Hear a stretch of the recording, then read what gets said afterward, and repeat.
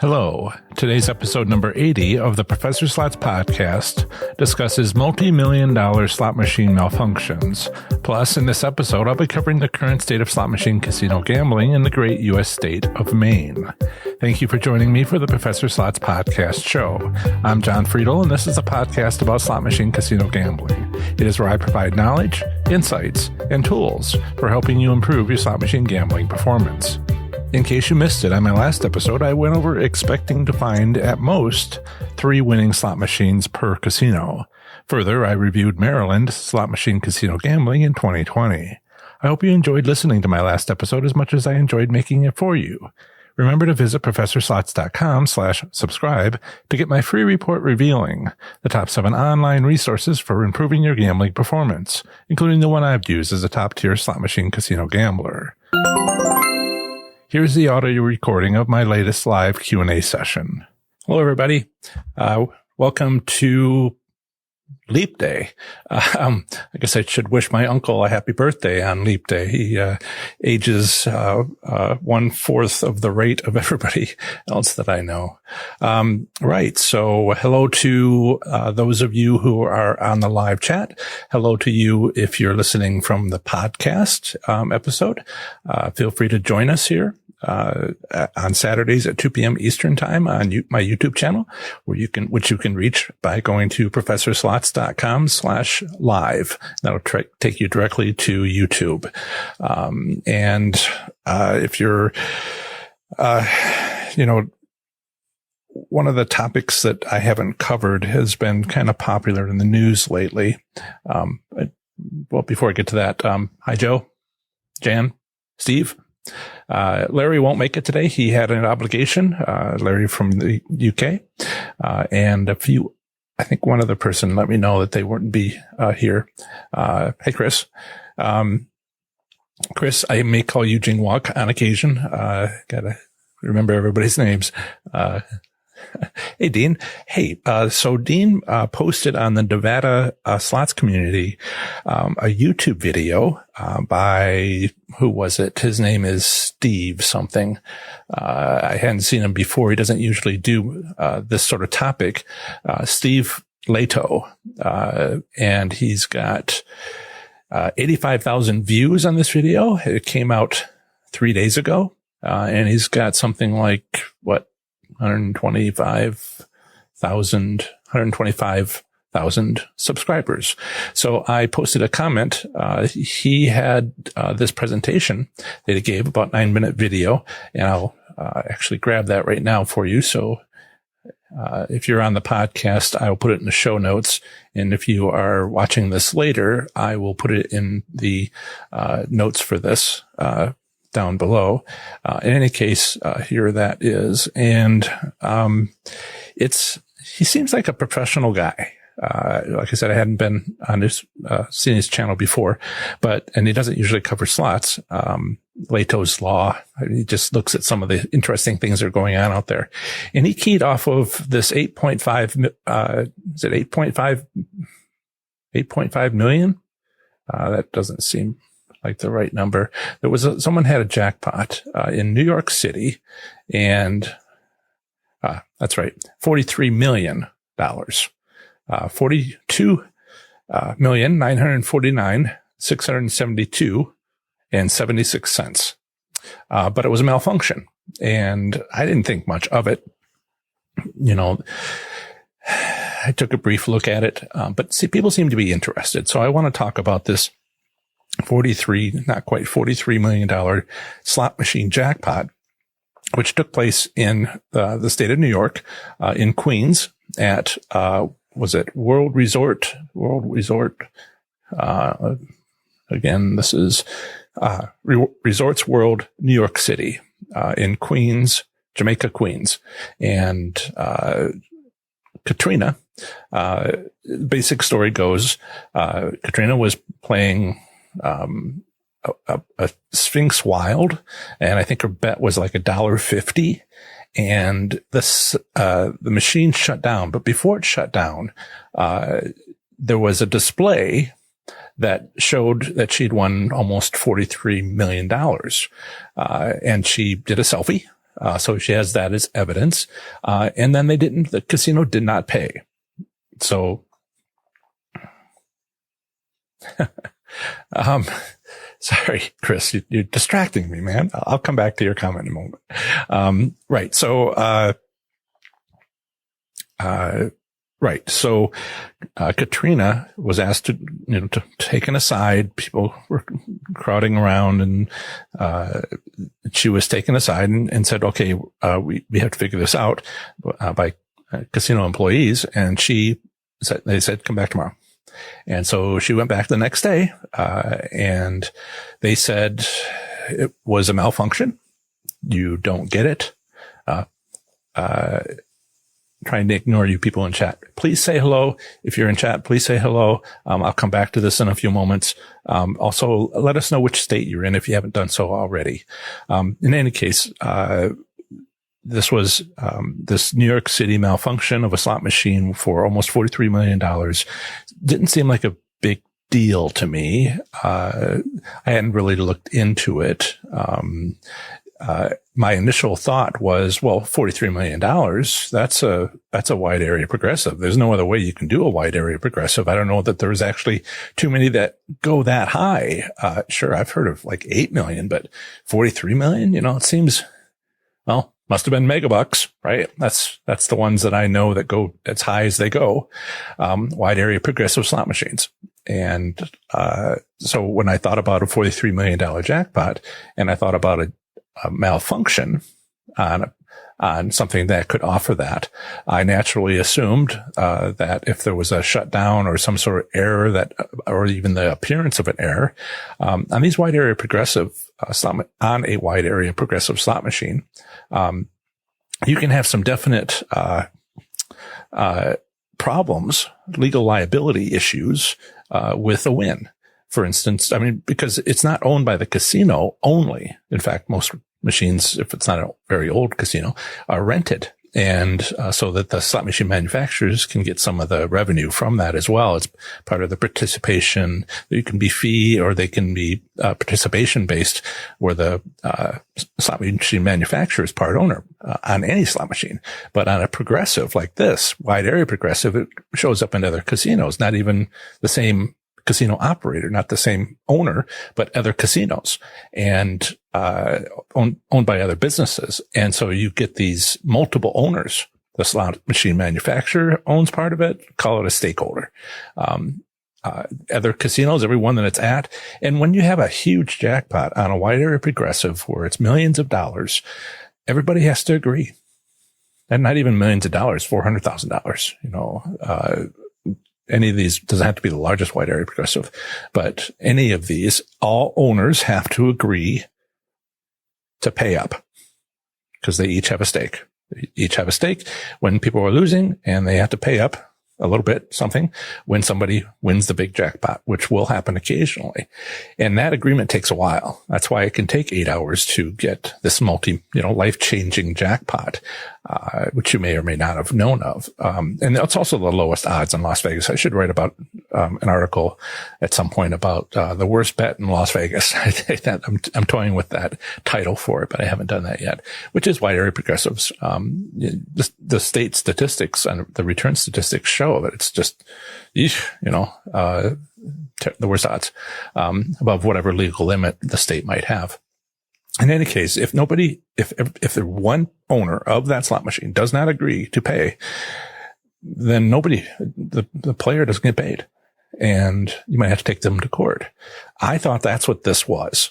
I assumed that was what was going on here, given that it was $43 million. And just because it shut down afterwards, but, you have photographic evidence and all that, the casino would be dinged. The casino would not be able to pay because everybody has to agree to pay, but there's no downside for the other owners. Their only downside is for the casino where the hit happened. And they can't pay $43 million, themselves. It has to be paid by everybody all together, all the owners. And I thought, the casino's got a problem and they can't do anything about it. They can't just decide to pay it. who would want to pay $43 million.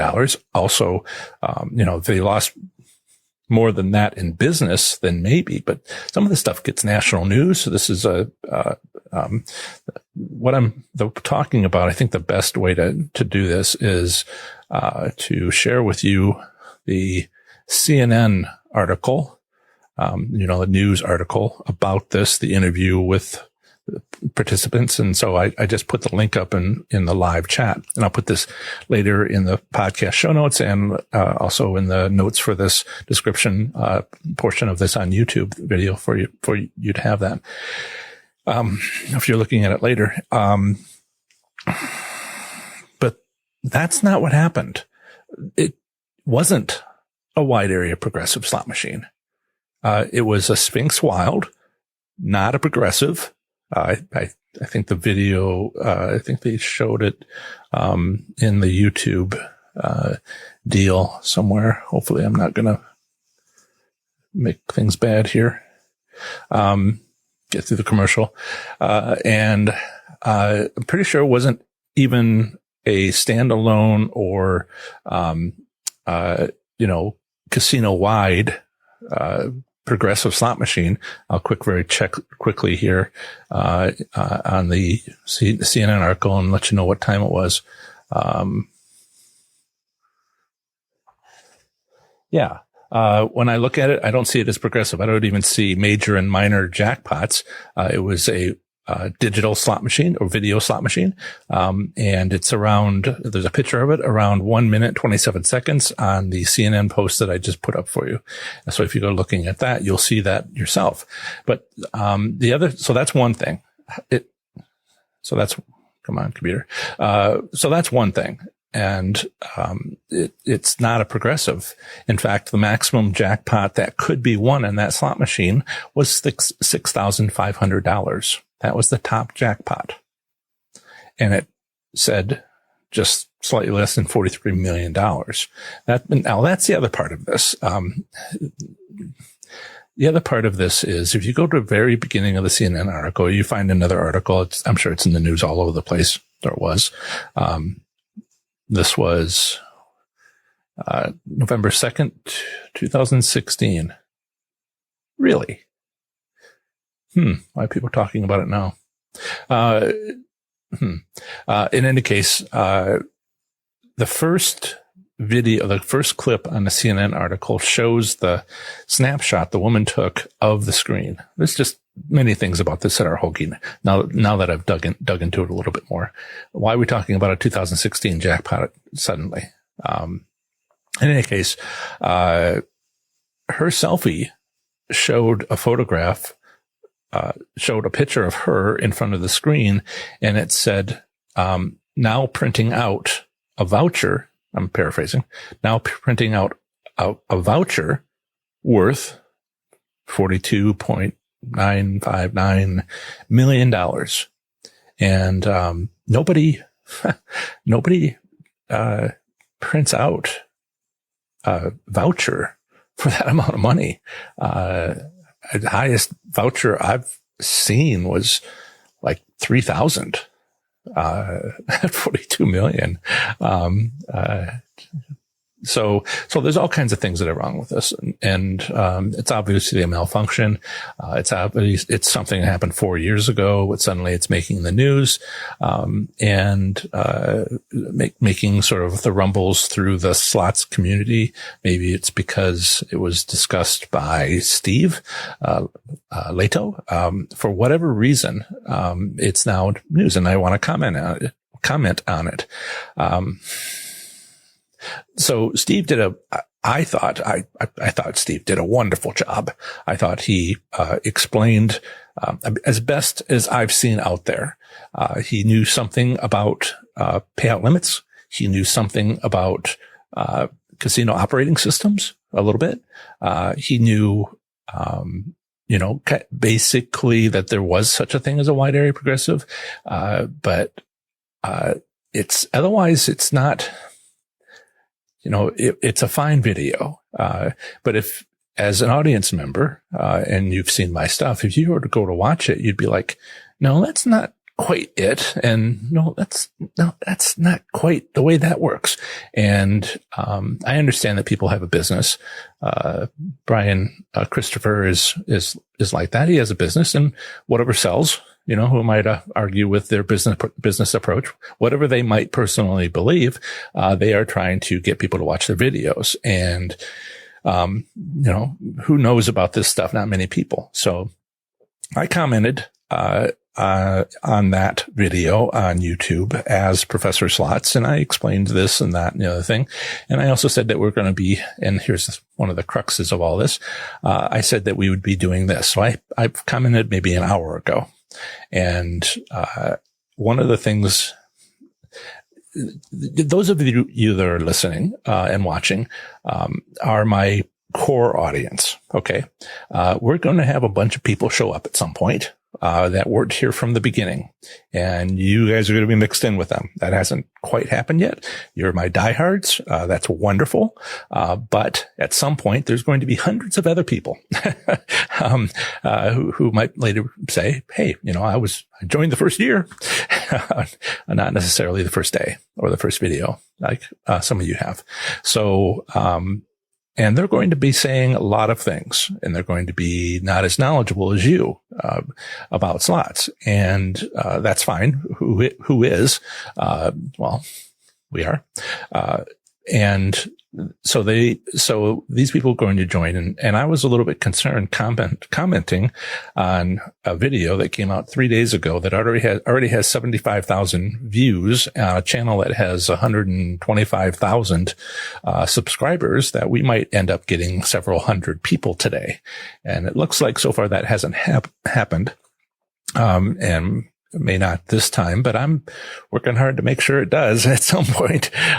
So everybody just, I want you to know that's how it's going to happen, and wouldn't want you to be surprised by this. So I'm going to check through the chat. That's the other thing is on the live chat. I originally had made the live, I don't mean to be technical here, but I just want to protect you.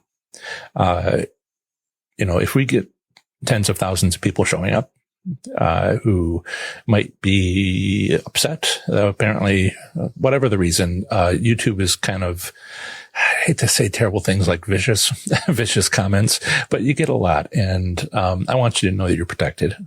I have the live chat is only visible, during the live session. It is possible to add it to the video so that people can watch the chat with the video later. I've turned that option off.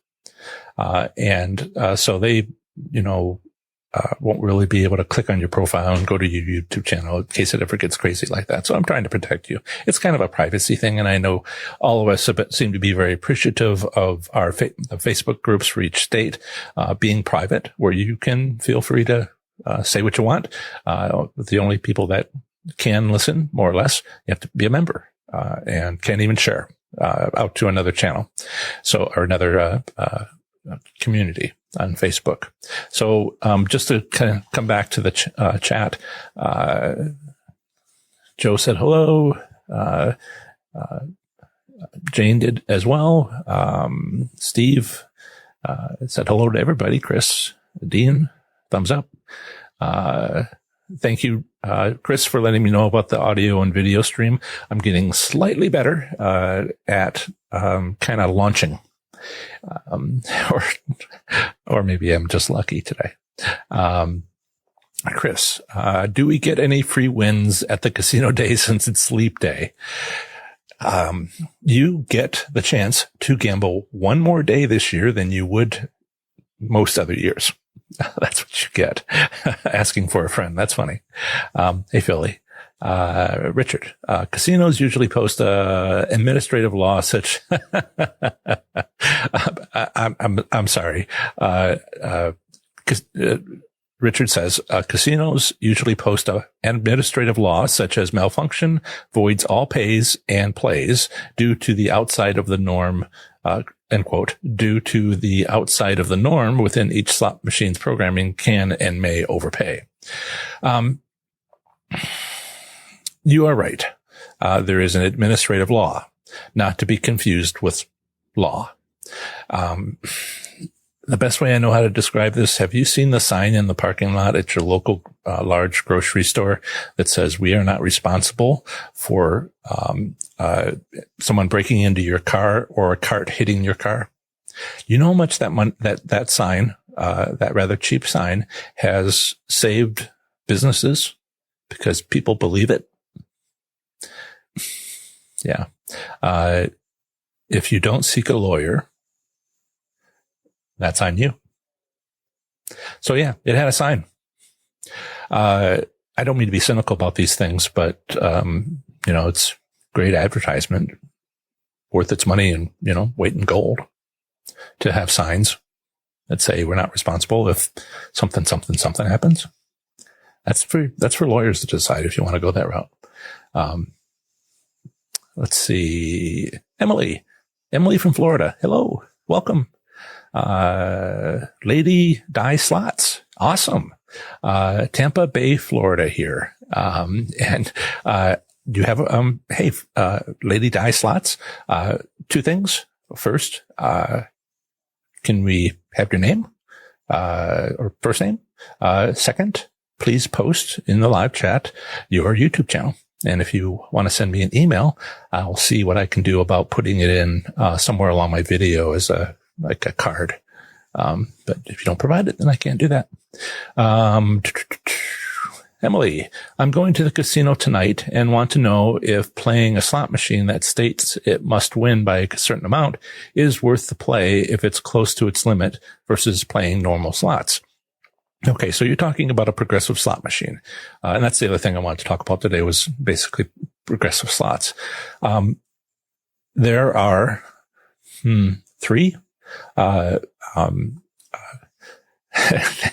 Thanks, Lady Die Slots. There are 3 levels, I think it is, of progressive slot machines.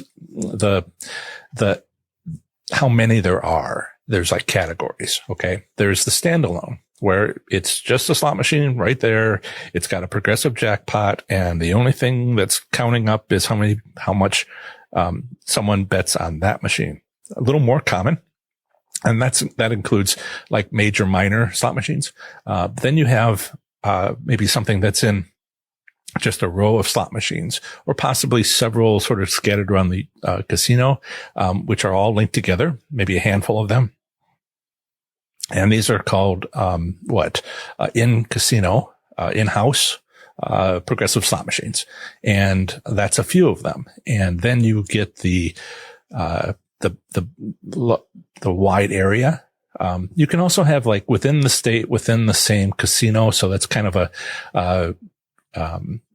within the casino operator business for a state, sort of area, slot machines.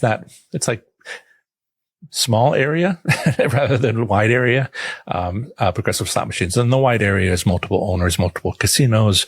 And those are the ones that have life-changing jackpots. So which one do you have? It's probably the first or the second. By the way, all this mess of the, wide area progressive $43 million, not that it is wide area progressive because it's all just a mistake at this point. Top jackpot was $6,500. She ended up with a steak dinner, but the lawyer's like, steak dinner? We want the maximum possible jackpot, the $6,500. They're not going for the $43 million apparently, although everybody's lawyered up. But, if you are looking at, let's see, Emily, if you're looking at a single machine, which might have major, minor, no others around it, you can almost assume that's a standalone. Then that's, you get to sort of see how quickly it climbs to the must, pay by, and you can decide whether or not you want to put in that money. It can be expensive. And the jackpot may not be very high because it is only that machine. So you have to decide how close are you to the must win by and whether you want to put that much money in. It becomes a little easier if it's one of those, slot machines that have been set up to cycle bankrolls, because then it's not all your money. It's a little bit of your money, but I took $200 in the casino 3 weeks ago and played the gold at Miami Valley Gaming, and not just any gold, but the one gold that could be seen from the distance. And I ended up with 2,831 rewards point at $1 each. So I cycled my $100 out of my $200 bankroll, just taking small amounts to try things out, and nearly $3,000 were cycled. So if that's one of those slot machines, then you can see how it's just a matter of how long you're willing to sit there and play, because it's not terribly expensive. But if it's not paying out, you make $1 bet and it doesn't pay out $5 every 5 bets, or even, $4 or $3 is not paying out at all, then it gets to be very expensive and you may not have a profit. Now, if it's a wider area, and it's a must pay by, then as I talk about in my progressive slots winning strategy, you probably need a team, because if you're bringing the number up to the must win by, then it's not just that one slot machine. Somebody else who just happens to sit down at the right moment on one of the other slot machines that's in its network, for that collection, that network of that progressive slot machine, they could win it just because they happen to sit down. So if you have a team who are at least sitting there, maybe betting, maybe, it has to be a team that you trust, then you take that route. So, probably one of the first two. You can sometimes tell how big of a network it is by how big the progressive jackpot is. So that's kind of your approach there. And I have an article on that, which is a little hard to dig out quickly. But if you go to my website, there's progressive slots winning strategy. Jill, welcome. I'm glad that you were able to make it this time. Lady Di Slots. Her first name is Diana. Diane, sorry. Diane. I did not see that coming. Right. So, Emily, Seminole Hard Rock, I always forget. Is that the one in Tampa, or is that the one, is it Miami? Which one has the guitar? The hotel that looks like the base of a guitar. Richard said that 76K jackpot won last night at 11 p.m. at Choctaw. I assume that you would have a few more exclamation points, or some exclamation points if that was you. Did you hear about it, or were you nearby, Richard? Did you see it? And people would, I think, ask questions like, did it seem like it took a long time to get the payout? For me, it's always been like 20 minutes, sometimes less. Lady Di, Diane, Tampa, Florida. Excellent. I see. I ask on my YouTube channels, on my Facebook, slots community, one for each state. I try to, ask everybody,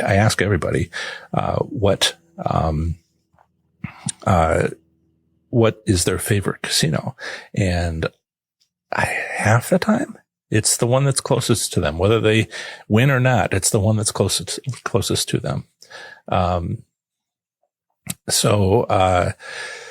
Let's see. Do you have, I usually talk for the first half hour. In the second half hour, I take questions. The $76,000 jackpot was won with bets of $45. Wow. Do you think they made a profit?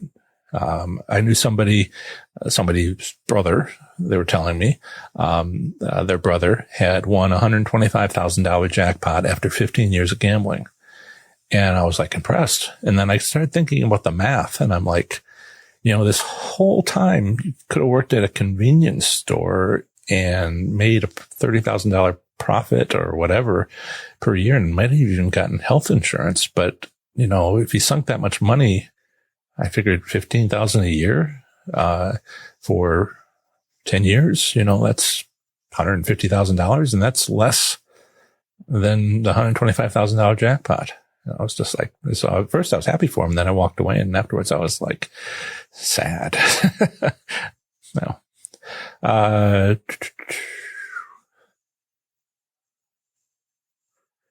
Miami Hollywood is a guitar hotel. Excellent.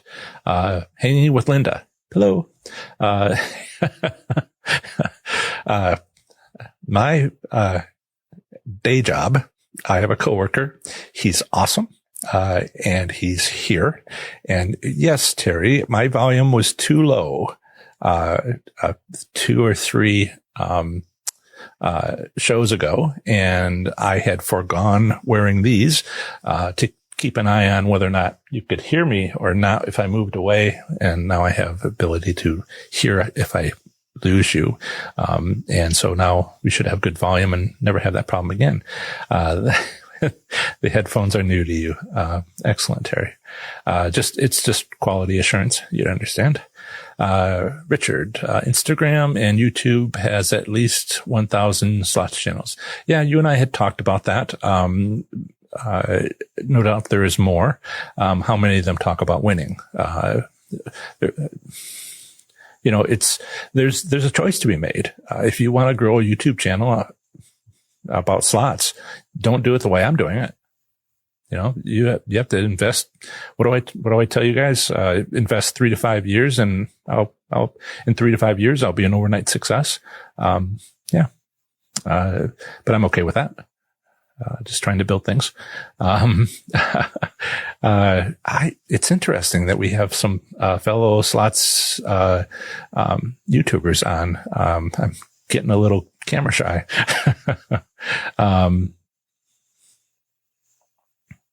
Right. Jan, in your previous podcast, you mentioned a good machine would be at the end of a wide aisle. Would that be facing me as I walk down the aisle? Yes. Your back would be to the area that everybody's, they're looking over you to look at the screen. It doesn't have to be directly, but it has to be like within an angle. Interestingly enough, I told you guys, if you've been listening to the prior podcasts, about that, the gold slot machine, at Miami Valley Gaming. And I played at the end of January and did that nearly $3,000 of, 3,000 points, rewards points for $1 each in that particular, rewards club. I went back, was it Wednesday? Because I've been getting offers. I guess, I don't guess. I know that, you can cycle bankrolls a lot, and you get a lot of comps, and those comps started arriving, and I got $80 worth of free slot play, and I guess $25, and then there was a $2 from somewhere. So I went in on Wednesday because I knew about the 80 was only good for that day, and I had 107, which was nice. I mean, it's about right. I'm used to like 200, 250, 2 or 3 times a week. Back when I was, not having this business and just playing high limit all the time. So this is actually seems like pretty good, for this casino, which is not part of a group, right? It's a standalone, been there a long time, racetrack. And then as Ohio does these things, a few years ago, they were allowed to have slot machines only. So it's a casino, and they, have modern slots. And I went in on Wednesday, 3 days ago, and that the gold was gone. That circle of 6 or 8 carousel of slot machines was replaced. In fact, they were new machines. I don't remember the name of the games. As you know, I don't care about the game. I care about the placement of the slot machine, and I care about what the casino is trying to do with its operating systems and its business practices. The particular game doesn't matter to me. I mean, if it's skill-based or if it's HHR, sure. But if it's a class 3 games of chance, then I have my favorites, of course, but it's not about winning. So they replaced them.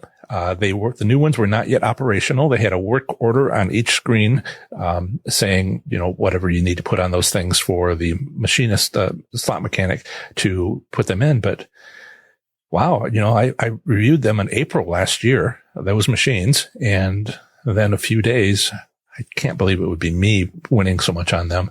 A few weeks after my playing them, it's more likely they saw maybe my YouTube channel or the podcast about this or something. In any case, they're gone. I have a podcast channel, and I met my first podcaster, a guy named David Jackson, in Akron, Ohio, and we sat down in a Barnes and Noble with his little meetup, and I'm just sitting there, and I'm just like, and like, are you okay? You normally talk a lot. I'm like, well, I'm kind of feeling it right now. So I'll try not to be shy. Okay. Yes. So you are, so Jan, yes, you want the display to be facing where everybody might be looking from. So more or less your back would be to people. When I was playing the gold machine at Miami Valley, I kind of half turned around, right, to kind of watch the crowd. And I got those bonus round where I won games in the bonus round. So I had 10 free games. And in the second part, when I was working on the free games 6, 7, 8, 9, 10, I got up to the special symbol that was coming down, was worth $75 each. And so, 8 of them would come down, and, 3 of them would come down, and everybody's just like, gaping, jaw dropped, people around me. And I just kind of looked around, and you could obviously see how much other people were enjoying watching that. And that's right there, a reason for the casino to do that, because the machine I was sitting at was occupied. Thank you very much. And, they turned to some other slot machine that appealed to them, some other game that they might like, and spent their money there. So it's not like it's a loss for the casino. Right.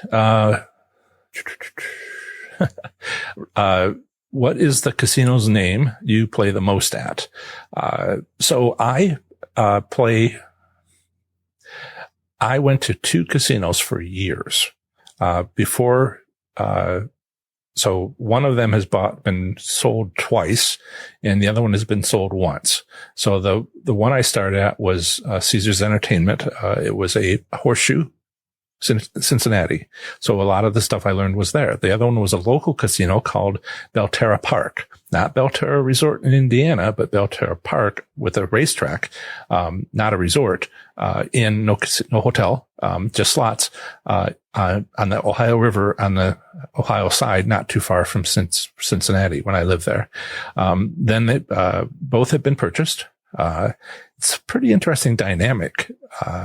They were, as I've mentioned before, I think, but maybe you hadn't heard this, Belterra Park was under renovation in 2013, and they didn't open again until early 2014, because it takes a year to move the building down a little ways and lift the track up a little bit so it doesn't get flooded as often by the Ohio River.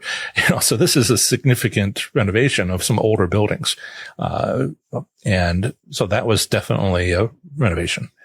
Heavy renovation, as I talk about. So they put in all new systems and operating systems and wired it up properly, or the modern system. I never played there before that happened. But while that casino was shut down for like a year, maybe 3, then Horseshoe put in a casino downtown Cincinnati where there had been no casino. So not only was the casino that was nearby shut down, and before it reopened, it was pretty low end, Horseshoe put in, Horseshoe Cincinnati, and that casino, had to deal with a population within driving distance or more, who were like, casino, we've never been to a decent casino before. What's that like? And so they helped people win. It was part of the budget. obviously part of the budget to educate people in the local area and give them a good reputation, give themselves a good reputation by helping people win, at least a little bit, obviously win.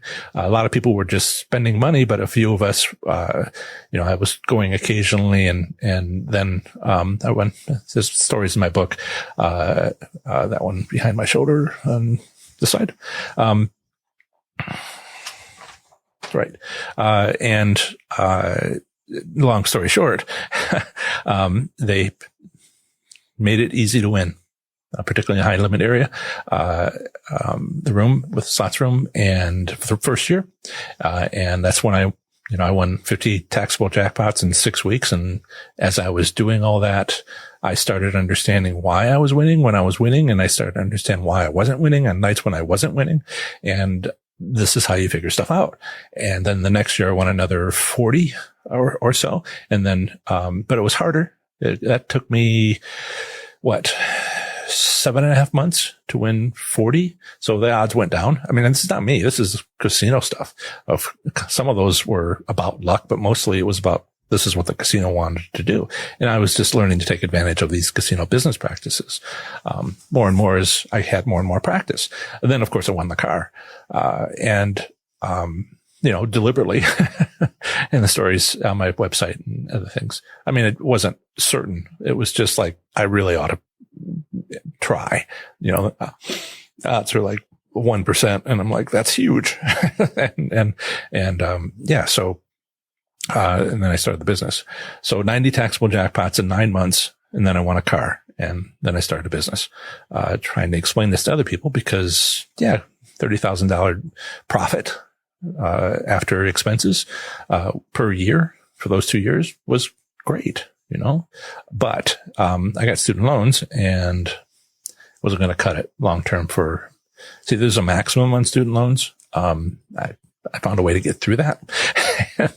and for those of you who don't know, those frames on the wall behind me are my 8 college degrees, mostly in physics and engineering, including 2 masters, a doctorate, a couple of bachelors.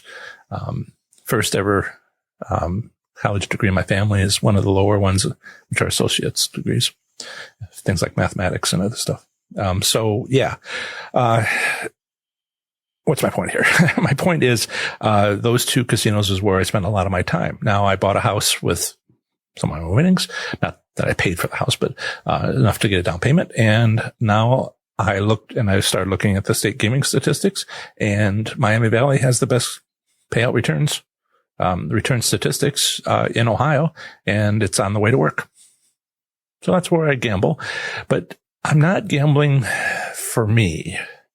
I used to play high limit, and, the last time I was at Miami Valley, not this recent one where I spent $107 in free play, but when I was there for 3 hours, at the end of January, I was there for you guys. I want to see what's going on. I want to see what the new stuff is, and just learn more for you. I'm not there for myself because, I won $571 on a bonus round when I was telling you about. And, I try to be excited about that compared to my $27,000 jackpot that I've won at 4:30 in the morning, a few years ago at Horseshoe Cincinnati. It's hard to get my excitement up. I'm there to learn for you. And, that's the type of gambling that I want to do for you, to learn more about penny slot machines and progressive slot machines. Figure out what works and what doesn't work and report back. That's not really my personal preference. But it's fun. I like playing slots. But when I was doing it, I had my own personal goal and I had my own interest and I had my own favorites. And I kind of talked about that last time, right? On our last, live Q&A, we talked about this. How many winning slot machines might there be at your casino? I mean, there's one or two sort of slot, techniques that apply to all slot machines, winning, just collecting tastes and some other things. Playing idle machines, it's not every slot machine for that one, but it's a few. If you do all the stuff I talk about, you're probably going to find 3 up to 3 winning slot machines. And why would you ever go to another casino? Why would you ever play another slot machine in that casino? Well, you might if the casino got sold. By the way, I meant to say, Belterra Park was purchased by Boyd, as well as Belterra Resort in Indiana. And then Horseshoe Cincinnati was purchased, right around the time when I won the car, that year, by, Jack, which is the Greektown individual, in Detroit who owns those casinos. So only a few other casinos, not the wide network like Caesars Entertainment has. And then, and so Horseshoe Cincinnati, the investors for Horseshoe Cincinnati got paid after a few years of investing in building a base of slots players in the area. And then, Jack came in and basically cleaned up. And so people went into bankruptcy and other stuff because they just wanted to get their money back quickly. Then they sold, to, is it Hard Rock? Hard Rock had to get approval, and April last year is when it happened, although they had to get approval from the State Gaming Commission. So when exactly did the ownership switch? I tell you, when you get a W-2G and you see the owner name change on the IRS form, that's the fastest way to know. Otherwise, it's really hard to find out unless you kind of check the blogs and other things. But apparently they recently got approved by the State Gaming Commission, Ohio Gaming Commission. And, at some point, new signs are going to be going up, which is really the last thing that happens. Right. That's a long answer, Richard. Did you search the entire casino to see if they had just moved them? No. I suppose that's worth doing, but my focus is not at all on the game. My focus is on the game theme. My focus is on, good question. My focus is on, well, for that casino, I have gone through all 8 of the casino business practices that I know of that I've found in one casino or another. And I checked them all for this casino. And one of the things that they do, and I can't really find too much else, is if it's obviously displayed, then, they've made that one a higher odds for all the business reasons that they have to do that. So my plan is to go in once they get these things up and operational. They had power, but they weren't ready to run, is to check the same machine that sat in the same position. So I can answer your question a little bit better and say, whatever one's sitting there, that's the one to play, because that's the one that they chose previously to make higher odds. Honestly, the prior show, I went over it and I'm like, this is statistically odd that, I'd win 8 bonus rounds with its free games in the first hour of my 2 hour. So playing it in the second hour, I got 0. Yeah, that sort of statistics can happen, but not constantly. It's just too odd. Just clear division. And so I consider that an opportunity and see if it does it the next time. And so I want to go back and play the one that was there so I can drill down a little bit here and recommend these things later or not recommend them later and saying, let's see if the replacement is the winning machine. And that's my thought. I might walk around, sometime, but, when I walk around a casino now, I sort of look for the wide avenues. I sort of look for the bars. I sort of look for the slot machines that are sort of facing those areas, wide walkways and other things, and say, these are the ones I play. And now it's just a habit. Anyway, Richard, awesome story and perspective in your winning streaks. Great foundation to build on. Keep this profound network going into the future. Yes, I agree. But one of the things I'm doing, and thank you for the encouragement. Last year, I was putting a lot of effort into getting the podcast better and starting the YouTube channel and basically trying to get over the line on some of the business aspects that I'm doing now. I wanted to see if I could have a business, and it looks like, as I mentioned to some of you before, getting to 2,000 email subscribers, made me realize that I might have a business. If I couldn't get to 2,000 email subscribers, I wouldn't have a business. And so now I've reached 2,000. I'm like, okay, so now I need to think about monetizing, to do things that, not sleazy or whatever, but to do things that you would like me to, that you would be upset if I didn't do. Oh, what do you mean you got a book on Amazon? You should tell us more often you got a book on Amazon. Just I want to do things that help. And I would like to pay on my student loans, but I'm not in a particular hurry. I just want to provide valuable knowledge, things like a community for you to talk to each other on Facebook. It seems to be a popular site, for as long as Facebook has group communities. So if you are on Facebook, I put up a note recently about, I'm starting to see signs that Facebook does that thing it does where they, switch out free stuff for paid options. And if they decide to do that with Facebook groups, and their business model is that they need to do something because they always have to make more money in order to kind of keep going. It's how the business is set up. And so, before you used to be able to post and everybody that liked your page would see it. But now you have to pay for a boost, and otherwise nobody sees it, and I went from 4,000 people seeing my post without advertising dollars. And then I went to 3. Because they just happened to deliberately come to look. By the way, fellow YouTubers on slots related, please be aware of the Google advertising guidelines. If you own a slot machine manufacturing company, if you own a casino, or if you wrote a book on slots, one of those is not like the other two. You cannot advertise. If you go to Facebook and you have an admin account to advertise, if you have a long established Facebook account, they will let you do it a few times and then they'll shut you down for life. So mine was shut down for life after I talked about the implosion of Revel. So it was on the gambling topic. It wasn't like a gambling game. I was doing a news report, and they give me a couple of warnings that I didn't really understand. And then they had a lifetime out. Something to be aware of. It's right there in the Google advertising guidelines, at which everybody follows, like Facebook. Okay. Okay. I saw this note here. Okay. So Richard, we think alike. Just stopping there. Yes.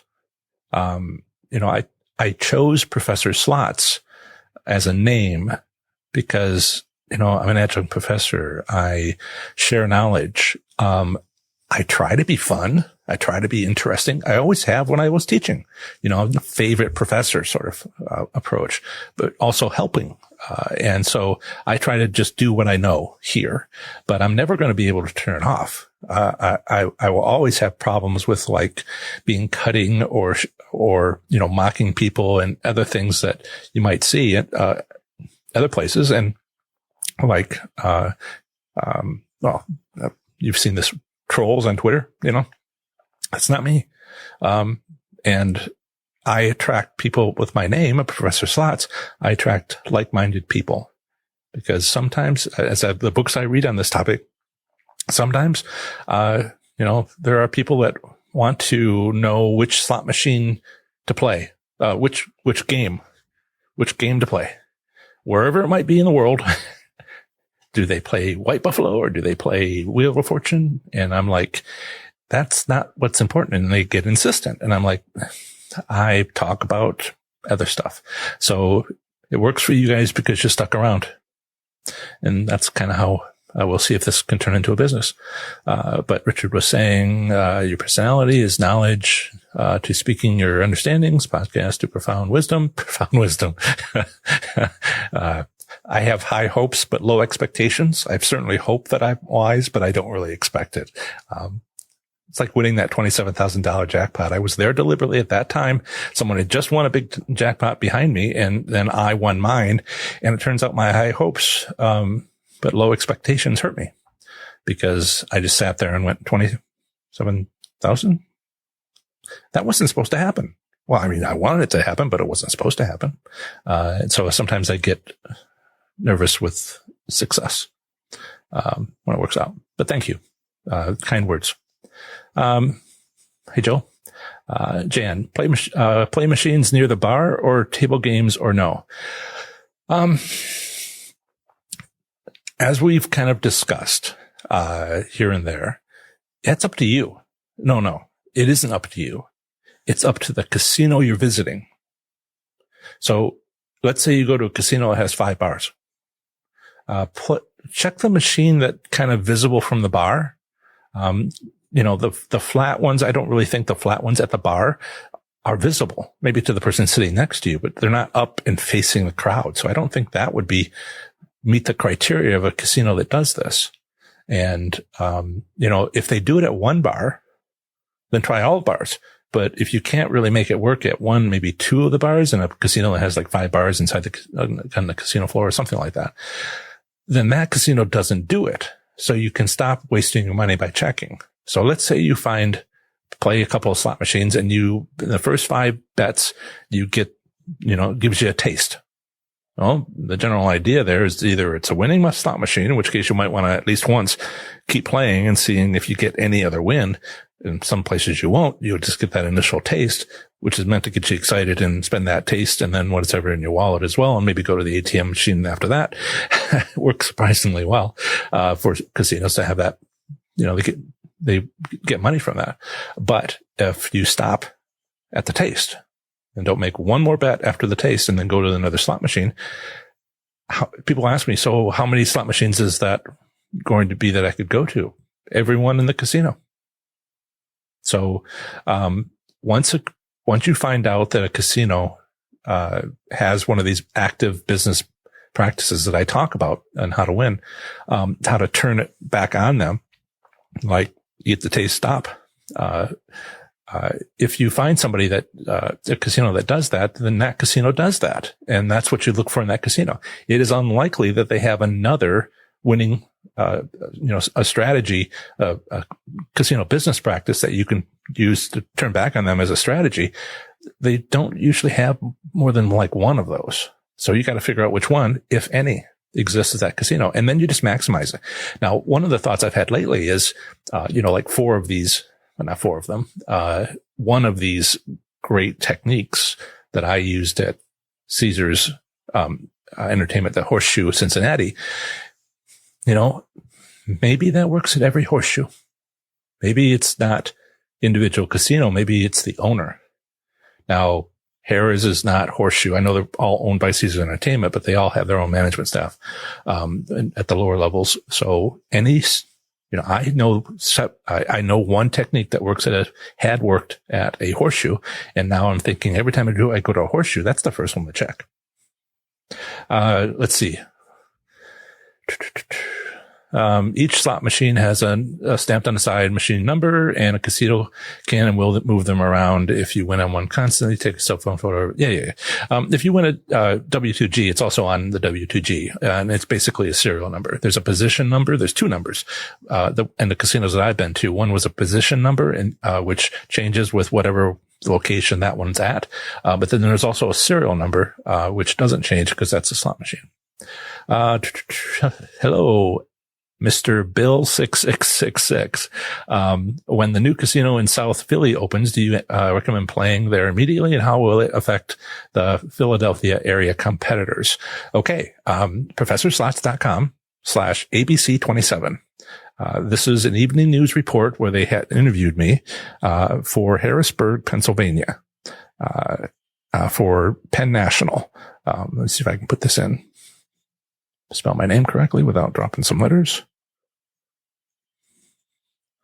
And I'll drop this in there. ProfessorSlots.com/ABC27. Feel free to go there and you will see a news report that talks about just this sort of thing. I would expect right there at the last 3 sentences of the evening anchor talking about stuff with his fellow anchors.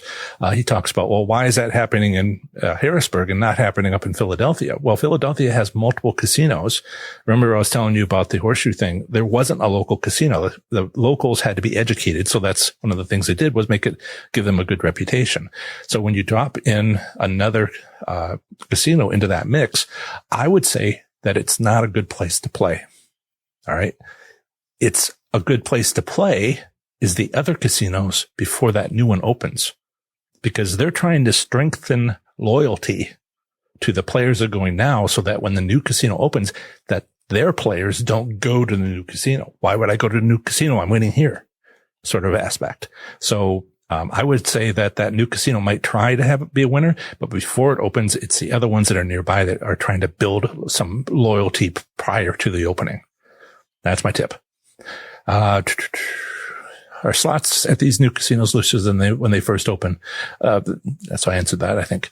Richard, they may be, but even before it opens, the competitors are, I try to explain this to people like, you're in the Midwest and you're in a small downtown, like they have in small towns, in the Midwest, in Iowa, for instance, and you own a donut shop on Main Street, right? And somebody opens a donut shop across the street from you. Oh, competitors, what do you do? What do you do? It's the same thing, but only on a larger scale with these casinos. Maybe you make sure it never opened, by working with the city council who or maybe, you just ramp up things before they actually open, or beat them out, with your savings and just make the most of people who know you already. The usual sort of thing, only on large scale casinos, business practices. Slots next to tables playing generally do not pay loose due to limiting interruptions to the hand to table money placed nearby and tighter. So maybe. Yeah. A lot of table games, it's negative EV. You may win a little bit, but the general idea is that you lose. And slot machines are like that when they're not been tinkered with. And so casinos may not mix those. You don't have a problem with that when you're at a slots parlor where they only have slots and maybe a racetrack. But when you have table games next to, I can see the casino saying, we're hurting ourselves by having those close together. Yeah. Okay. So this is it for this one. If you have a last minute comment, please say so. And it's great to see so many of you here and other YouTubers. Wildly exciting for me. I'll try to calm down. And everybody, please, have fun, be safe, make good choices. Bye. Remember to visit ProfessorSlots.com/subscribe to get my free report revealing the top 7 online resources for improving your gambling performance, including the one I've used as a top-tier slot machine casino gambler. This is the second segment of the show on slot machine casino gambling. Here, I provide a brief overview of the current state of gambling in a U.S. state, territory, or the federal district, emphasizing by far anything of interest to slot machine casino gamblers. Up next is Maine slot machine casino gambling in 2020. Here goes. Maine slot machine casino gambling consists of 2 parimutuel racetracks with slot machines. Bingo is available throughout the state. A minimum theoretical payout limit exists, and return statistics are available by casino. The minimum legal gambling age in Maine depends upon the gambling activity. For land-based casinos and poker rooms, it's 21. For bingo, it's 16. For the lottery and parimutuel wagering, it's 18. In 2003, Maine offered a referendum to its voters to approve slot machines at racetracks. The residents of Bangor approved it, but the residents of the city of Scarborough did not. To this day, the racetrack in Scarborough still does not offer slot machines. In 2010, voters in the town of Oxford approved slot machines for their casino. The next year, the casino in the city of Bangor approved table games. Maine's legal rights with regards to tribal gaming is unusual relative to other states. The application of the Indian Gaming Regulatory Act, IGRA, of 1988 does not apply due to the prior Maine Indian Claims Settlement Act of 1980. Therefore, gaming on tribal land in Maine is subject to state law rather than the federal law. Up next is a usually short statement about slot machine private ownership, which I have included in case you live in this U.S. state and are considering owning a slot machine. Here it is. In Maine, it is legal to own a slot machine privately without regard to its date of manufacture. Maine's Gaming Control Commission is its gambling control unit. In this section, I discuss Maine gambling establishments. There are 2 non-tribal casinos in Maine, both racetracks with slot machines. The largest casino in Maine is Oxford Casino Hotel with nearly 1,000 gaming machines. The second largest casino and only other casino in Maine is Hollywood Casino Bangor with 724 gaming machines. Maine's 2 racetracks with slot machines are 1. Hollywood Casino Bangor, located 128 miles northeast of Portland, and 2. Oxford Casino Hotel, located 43 miles north of Portland. Maine has 4 federally recognized American Indian tribes. State law permits them to offer high-stakes bingo games without restriction on the size of prizes. However, there are no open tribal casinos in Maine. As an alternative to enjoying Maine slot machine casino gambling, consider exploring casino options in a nearby state. Bordering Maine is, to the northwest, Quebec, a province of Canada. To the east, New Brunswick, a province of Canada. To the south, the Atlantic Ocean. And to the west, New Hampshire. To visit any of my articles on these U.S. states, simply visit ProfessorSlots.com, followed by its 2-letter postal designation. For example, my New Hampshire slots article is available at ProfessorSlots.com/NH. Are you interested in sharing and learning with other slots enthusiasts in Maine? If so, join our Maine Slots community on Facebook at ProfessorSlots.com/FBME. All you'll need is a Facebook profile to join this private Facebook group freely. There, you'll be able to privately share your slots experiences as well as chat with players about slots gambling in or near Maine. Again, use this convenient link I've created to go directly to our group on Facebook, ProfessorSlots.com/FBME. Join us. Maine law requires payout returns have a minimum of 89% on all electronic gaming machines. There is no maximum legal limit for payout returns. Unusually, this state law requirement applies to any Class II bingo-style gaming machines offered by Maine's tribes. Maine's Gambling Control Unit offers casino revenue information. These reports are monthly except for the most recent month, which is weekly. These reports offer player win percentage as average payback percent to players. For January 2020, the casino-specific monthly player win percentages were Hollywood Casino Bangor, 90.66%, Oxford Casino Hotel, 91.72%. Maine slot machine casino gambling consists of 2 parimutuel wagering racetracks with slot machines. A third racetrack only offers parimutuel wagering without slots. The minimum legal limit for payout returns is 89%. Actual return statistics by casino are available by month, except for the most recent month, which is available weekly. In the last year, there has been little to no change to slot machine casino gambling in the state of Maine. Remember to visit ProfessorSlots.com/subscribe to get my free report revealing the top 7 online resources for improving your gambling performance, including the one I've used as a top-tier slot machine casino gambler. Part 1 of the next episode of the Professor Slots podcast is a live Q&A session on YouTube. Remember, my weekly Q&A session on YouTube is on Saturdays from 2 p.m. until 3 p.m. Eastern Time. Bring whatever slots questions you have, and I'll do my best to answer them. An easy-to-remember link to my YouTube channel is ProfessorSlots.com/live. Feel free to stop by anytime during my hour-long Q&A. To suggest a topic or ask a question which might end up as a blog article or on a podcast episode, email it to John at ProfessorSlots.com, where John is spelled Jon. Part 2 of the next episode of the Professor Slots podcast is another brief overview of the current state of gambling in a U.S. state, territory, or the federal district. Next time, I'll be talking to you about the great U.S. state of Massachusetts. That's the end of another great episode of the Professor Slots podcast. Thanks so much for listening. Show notes for this episode are now available within most podcast apps, but are also available on my website at ProfessorSlots.com/episode 80. I plan to have the next episode come out very soon for you, where I'll have more amazing content for the show. Until the next episode, have fun, be safe, and make good choices. Bye.